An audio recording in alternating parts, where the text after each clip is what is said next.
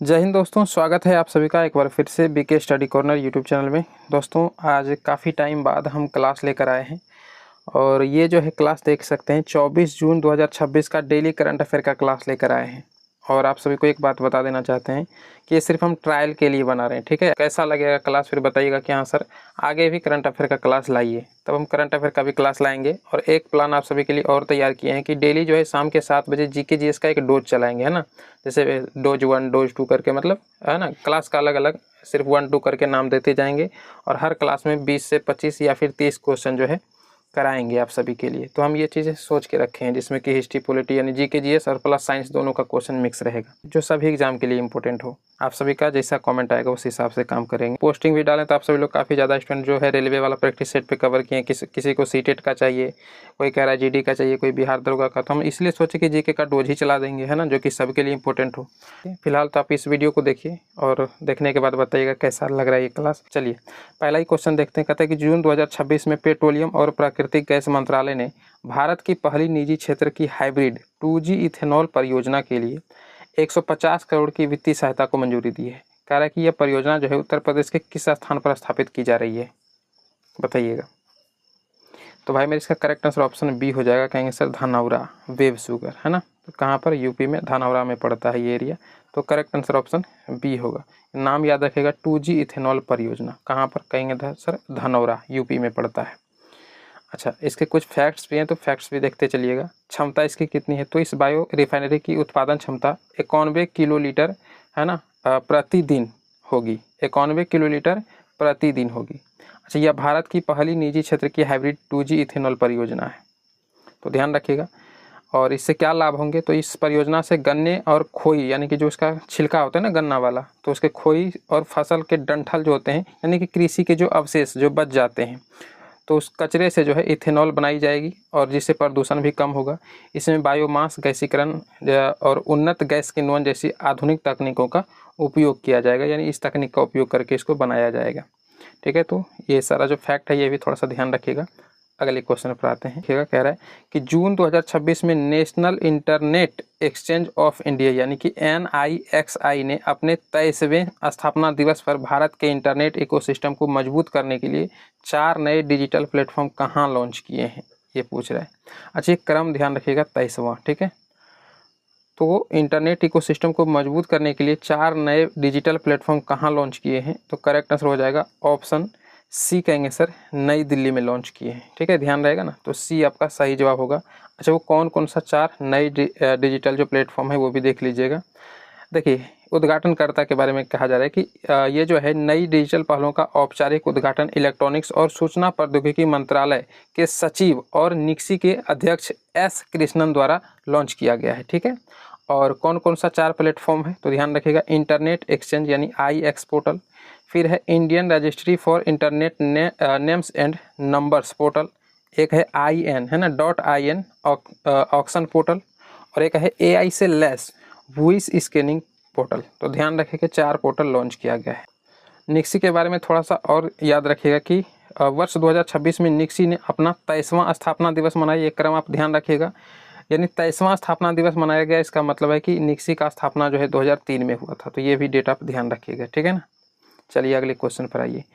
यहाँ पर कह रहा है कि जून 2026 में केंद्रीय वित्त मंत्री निर्मला सीतारमण ने पूर्वोत्तर भारत यानी नॉर्थ ईस्ट इंडिया की सबसे बड़ी जैविक मसाला प्रसंस्करण इकाई का उद्घाटन कहाँ किया है, तो भाई ध्यान रखिएगा, करेक्ट आंसर ऑप्शन ए हो जाएगा। कहेंगे सर री भोई जिला में, कहाँ पर, मेघालय के री भोई जिला में।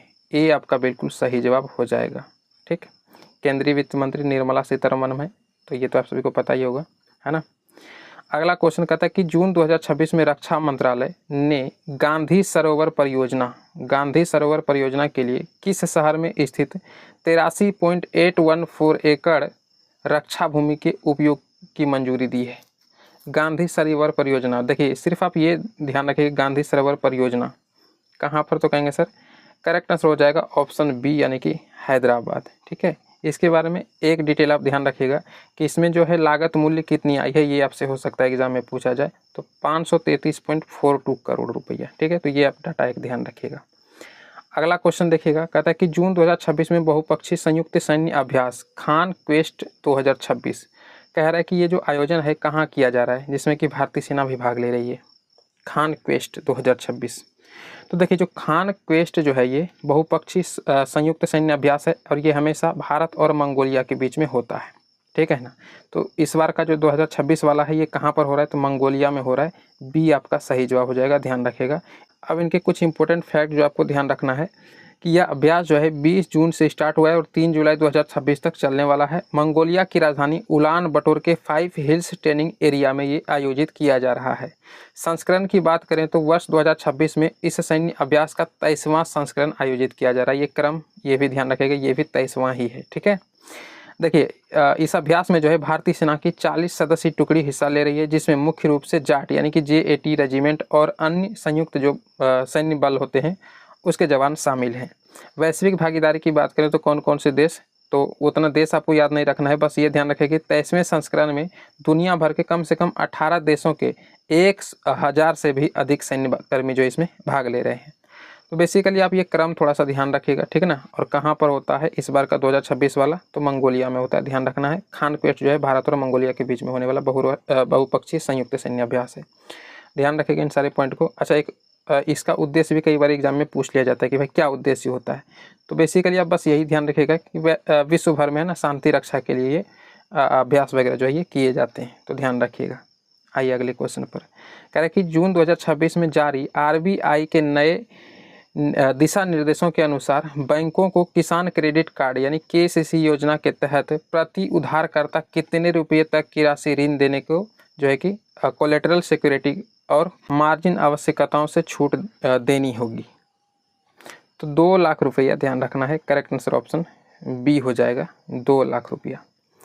अगले क्वेश्चन पर आते हैं, कहता है जून 2026 में भारत की पहली passive only asset management company AMC कौन सा भाई, तो जोराधा फंड हाउस ने भारत का पहला life cycle target debt mutual fund launch किया है। इसे किस नियामक संस्था द्वारा मंजूरी दी गई है।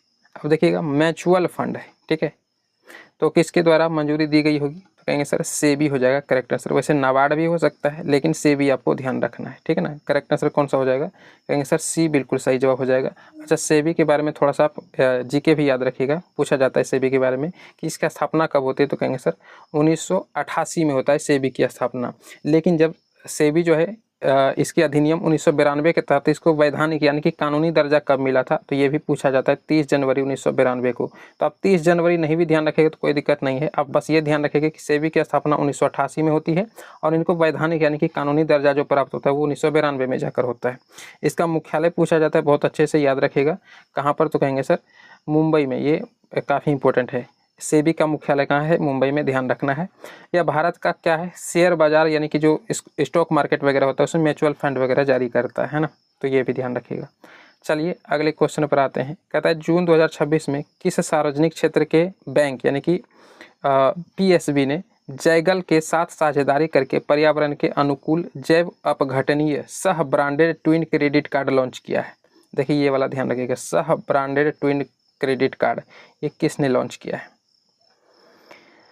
तो भाई मेरे इसका करेक्ट आंसर हो जाएगा, कहेंगे सर PNB कहीं है, हाँ सर ऑप्शन बी में दे रखा है PNB, यहाँ पर आपका करेक्ट आंसर हो जाएगा, ठीक है। तो ये भी ध्यान रखा है, 8 का करेक्ट आंसर आपका ऑप्शन बी हो जाएगा। अच्छा, PNB के बारे में भी थोड़ा सा ध्यान रखिएगा, इसकी स्थापना 1894 ईस्वी में होता है, ध्यान रखना है, और इसकी मुख्यालय नई दिल्ली में है, ठीक है। यह भारत का पहला पूर्णतः स्वदेशी बैंक है। देखिए ये सवाल पूछा जा सकता है एग्जाम में कि भारत का पहला पूर्णतः स्वदेशी बैंक कौन सा है, तो कहेंगे सर PNB, ठीक है, ध्यान रहेगा ना। और देश का दूसरा सबसे बड़ा सरकारी बैंक है, तो ये भी ध्यान रखना है, ठीक है ना। दोनों तरह से क्वेश्चन पूछा जा सकता है। अगला क्वेश्चन देखिए, कहता है जून 2026 में आयोजित पहले भारतीय एथलेटिक्स पुरस्कार 2025, ठीक है ना, इसमें जो है किसे वर्ष का सर्वश्रेष्ठ पुरुष एथलीट नामित किया गया है, बताइए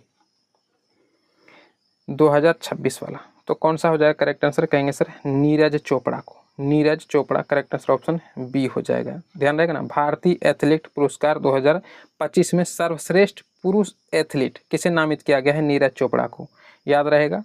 अब चूंकि पुरुष वाला पूछा गया तो महिला वाला भी पूछा जा सकता है, तो सर्वश्रेष्ठ महिला एथलीट कौन बने हैं, तो ध्यान रखिएगा 3000 मीटर स्टीपल चेज कि राष्ट्रीय रिकॉर्ड धारक पारुल चौधरी को वर्ष की सर्वश्रेष्ठ महिला एथलीट चुना गया है। कौन? तो पारुल चौधरी, याद रहेगा ना नाम। सर्वश्रेष्ठ पुरुष और महिला एथलीट को 10 लाख रुपया नकद पुरस्कार मिलता है। ठीक है, ध्यान रखना है।